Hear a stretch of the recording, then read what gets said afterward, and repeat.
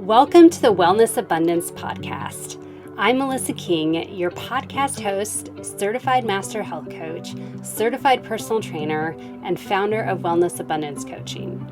The purpose of this podcast is to share healthy lifestyle tips to empower you to design the abundant life you want and deserve. I'll chat with inspiring people who have built a strong foundation to build a life they love. I believe we all have the power within ourselves to create wellness abundance in all areas of our life. We simply need to find the courage within ourselves to take action. Our vision for this podcast is to help you create wellness abundance in your life with clarity, empowerment, and flexibility. Grab your favorite beverage and enjoy the episode. Hello, and welcome to the first solo episode of the Wellness Abundance Podcast. Welcome. Today, I want to talk about food sensitivities and share a little bit more about my journey on the food sensitivity pathway. Because here's the thing, I did write about it a little bit a few months back, 2-3 months ago in my weekly newsletter. However, I felt like writing just was not enough. I could have written for so long and a super long blog post about food sensitivity. So I thought this would be a great topic for the podcast, because I also got asked a lot of questions after I shared with people, mostly my circle of influence, that I took a food sensitivity test. So today I want to talk about why I took a food sensitivity test, who I took mine through and why, and how I'm reintroducing foods and how I did after taking the test and taking a break. And a mourning phase, okay, which I'll share a little bit more with you later on. And then kind of how to handle, okay, now I know I'm sensitive to XYZ foods. What's next? How do I handle this? How do I handle with people in my household who want to eat these foods, and, kind of finding that balance within. So, okay, so let's dive in and just begin with why I took a food sensitivity test. So I had been experiencing some really bad digestive issues, really bad stomach cramps, abdominal cramps the last year and a half, and it kind of would come and go. And I thought, well, maybe, because I do notice that sometimes when I eat too many veggies, then I tend to have some digestive issues. If I kind of get on a too much grain, like a grain eating kick, like maybe some sourdough bread or some rice. And I do eat that occasionally. So just FYI, I do overall try and avoid it as much as possible, because I really physically don't feel good when I eat it consistently. Rice with one meal on occasion, like once or twice a month, is awesome. It's great. I feel great. Sometimes I need that little extra starchy carb depending on my activity level. So, and that's the key. So, but I won't get into that today. Anyways, and I thought for sure it's probably gluten. Gluten upsets me. It can be a big inflammatory for a lot of people. And I thought dairy, because I did notice there's this really great pizza place that's a chain where we live, and their gluten-free pizza crust is so good. I do not not a fan, and never really have been, my whole life, of the super thick pizza dough. Never really been a fan of that. I have always preferred the thin, crispy crust. And so this pizza place has really good gluten-free, thin, crispy pizza crust, but it has some dairy in it. I think it has Parmesan in it. And so between that and the mozzarella on there and the other cheeses I got on there, I did notice, and then dipping it in ranch. And I did notice that afterwards I would just feel awful, like terrible, and not just stomach aches, but like bloating and sluggish, and I would get these really bad sinus headaches. So I kind of knew that dairy was a big problem for me, and then possibly gluten. So after my husband kept suggesting, like, let's get a food sensitivity test. Well, I met this lab company at a paleo conference last year in Austin, Texas, and they're called their name is Knowing Labs, and they're amazing. I really connected with them and I partnered with them. So I do have an affiliate link, which will be down below in the show notes, but I did connect with them. I like them as people that have a wide variety of at-home tests you could do, like hormones, vitamin D, B12, which is a super important hormone, which I'll talk about in a few minutes. So I really connected with them, and I asked them, like, do you have a food sensitivity test? They're like, no, not yet. I'm like, okay.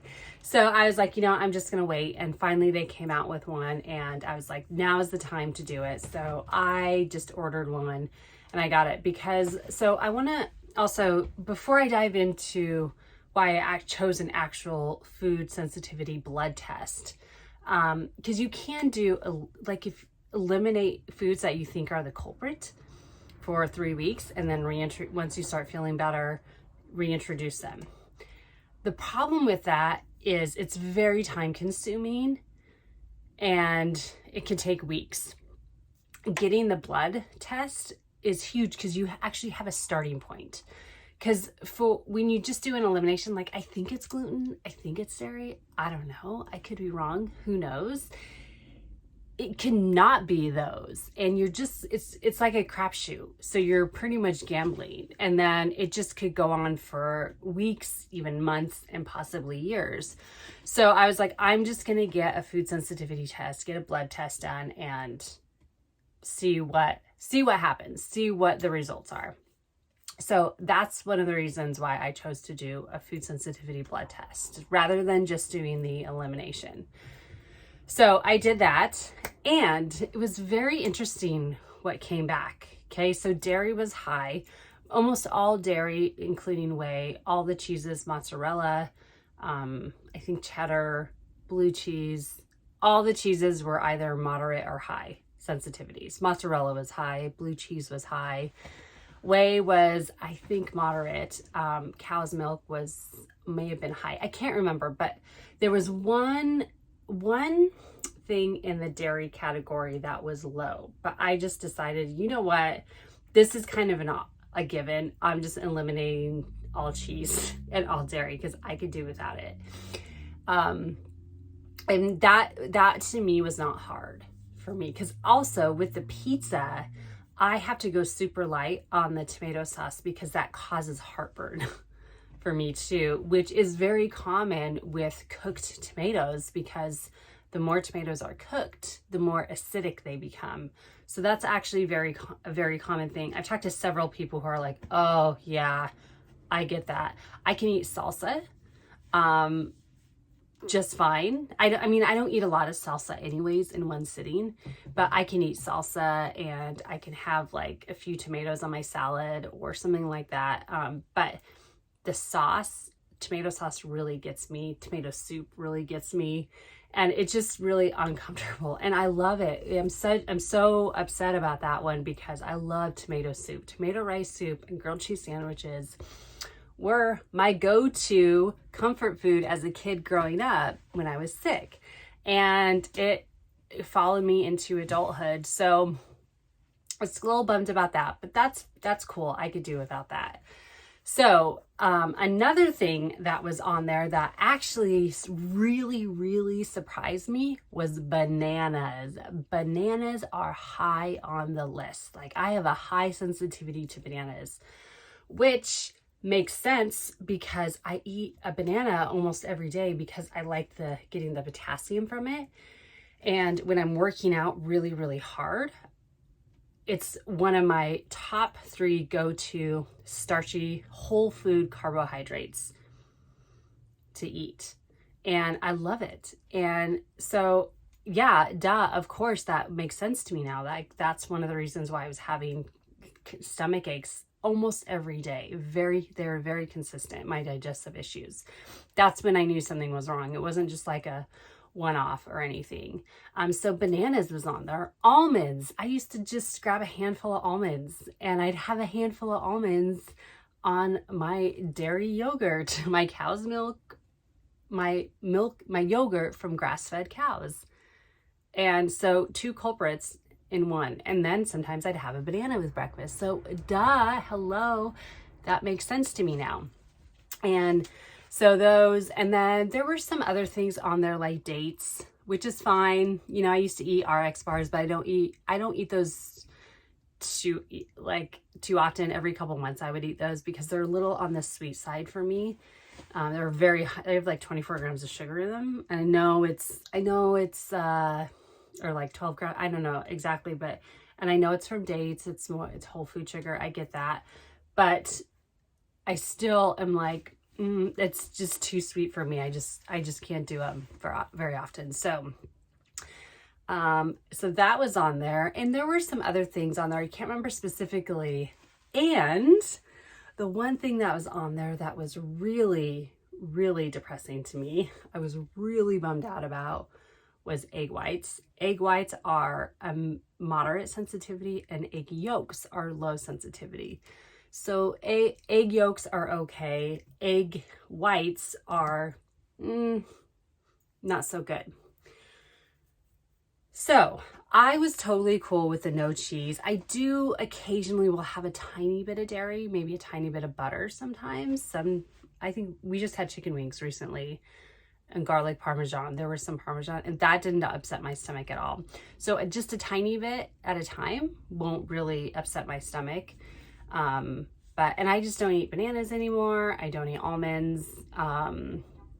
So anyways, so I want to talk about like transition into like the morning period as well. So, okay. So actually let me rewind just one sec. So when you take this, I would encourage you to just eliminate all the foods that are moderate or high sensitivities. Okay, eliminate them for at least 3 weeks until your symptoms go away. Okay, and I'm getting this from experts in the field, and I've been hearing this for years that this is the best way to do this. So you get the food sensitivity test. It comes back. Okay, I'm going to use eggs as an example. So eggs, I eliminated eggs for like 3 weeks.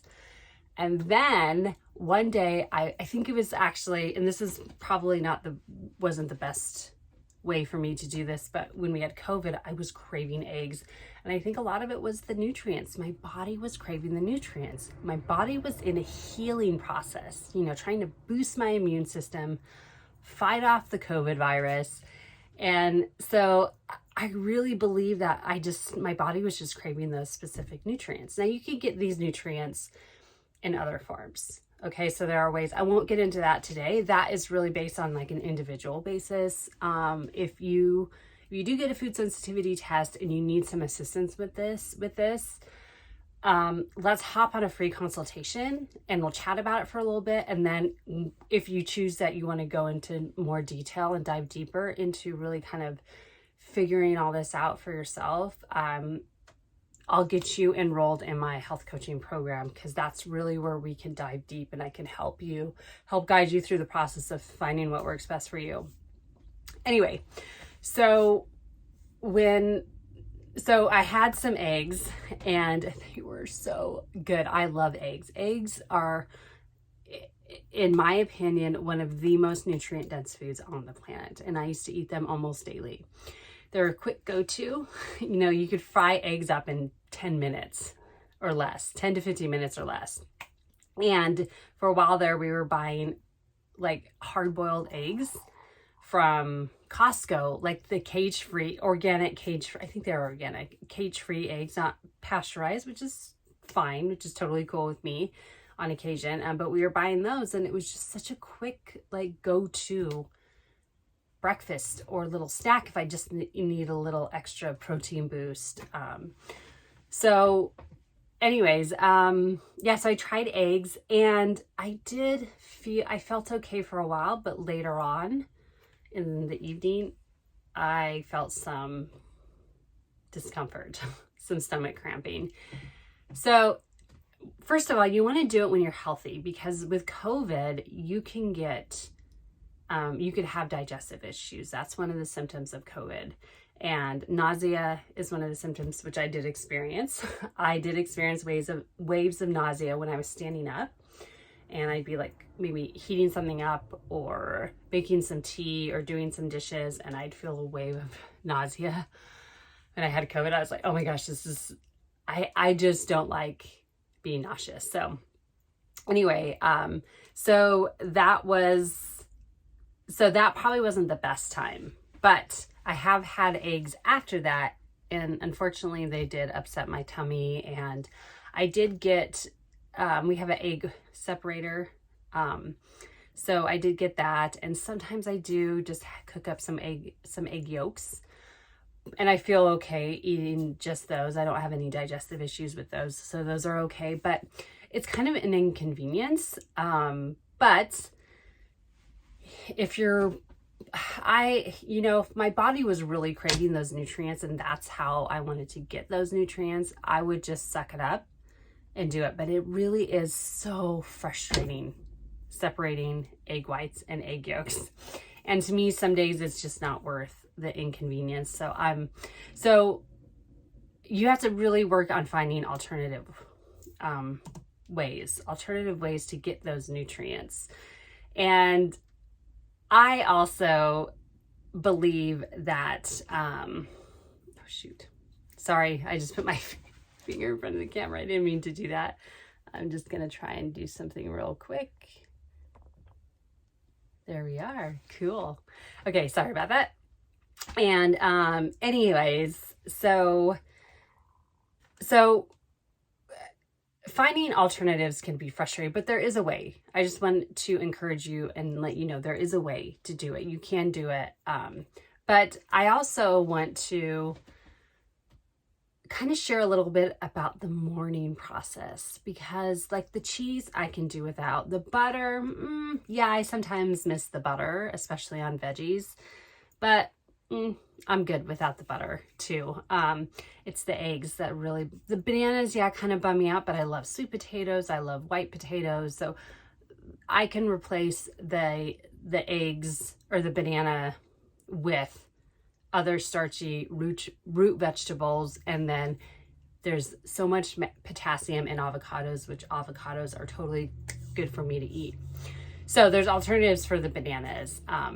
Anyways, but it's the eggs. So I have been going through a little morning phase. It's getting better. I'm slowly coming out of the morning phase. But sometimes I just crave eggs. And so one way how I'm dealing with it is, first of all, I get frustrated. And I know I'm probably driving my husband crazy, but it's just so incredibly frustrating for me to not be able to just whip up some eggs so quick and just eat them. So I do whine about it, and I want it. I want eggs, and I miss eggs. And my husband, the sweet man that he is, just rolls with it and tries to help me fix the problem. He always wants to be my hero. Anyways, but I also remind myself, like if I'm like, I'm just going to do it. I'm just going to have some eggs. I have to stop and remind myself, like, well, how am I going to feel afterwards? Is it worth it? Or should I just take the time to prepare something else? Or choose something else off the menu, eating out? Because oftentimes when we eat out, for breakfast especially, most of the dishes have eggs in them. So sometimes, like I went out to brunch with a girlfriend like a month or so ago, and I just got a side of sausage and a side of hash browns, and that was it. That was all I got. And it satisfied me though. So really kind of learning how to work around it, but really just going through that morning phase and feeling the feelings and feeling like, oh my gosh, I can't eat this. It's such a bummer. And really feeling that and letting that out and being aware of those feelings, and then reminding yourself there are other options, you know, and what else can I do? What else can I eat? So just let yourself go through that mourning phase. I'm still in it. I'm getting out of it. Clawing my way out of it, really. So now I want to talk about like preparing foods for different eating preferences, because one of the challenging things is that, my husband still loves bacon and eggs, and I love that. I want him to continue eating eggs.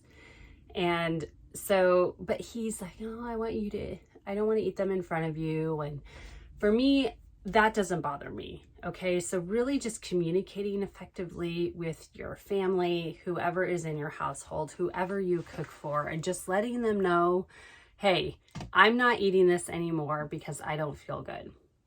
It makes me sick and I don't want to feel like that. So doing that and emphasizing that with whoever's in your household, family members, roommates, anyone like that. But then also just communicating, like, how are we going to handle this? Okay, what if you want eggs? So for example, my husband will just come home and make bacon and eggs on his lunch some days. And then other days he'll throw a couple eggs on a patty. If we have patties for dinner, bison patties or beef patties, he'll cook up a couple eggs right before we eat and throw them on there. So that's a way for him to get his eggs in, and really just brainstorming ideas on how you can do this together, because it's super important. Because this can be, and I do want to say that if you have someone in your household who does have a food sensitivity, to really be as empathetic with them as you can, because it's hard. It's really hard, especially with foods that they love. Okay. So just be empathetic with them. And also on another note, I want to share and I should have done this at the beginning, but that's okay, the difference between a food allergy and a food sensitivity. Okay. So a food allergy can cause a lot of harm. So you could possibly die. You could go into anaphylactic shock. So your throat can close, you swell up and close, your lips can swell up, and you could die. It could be life-threatening if you eat a specific food that you have an allergy to.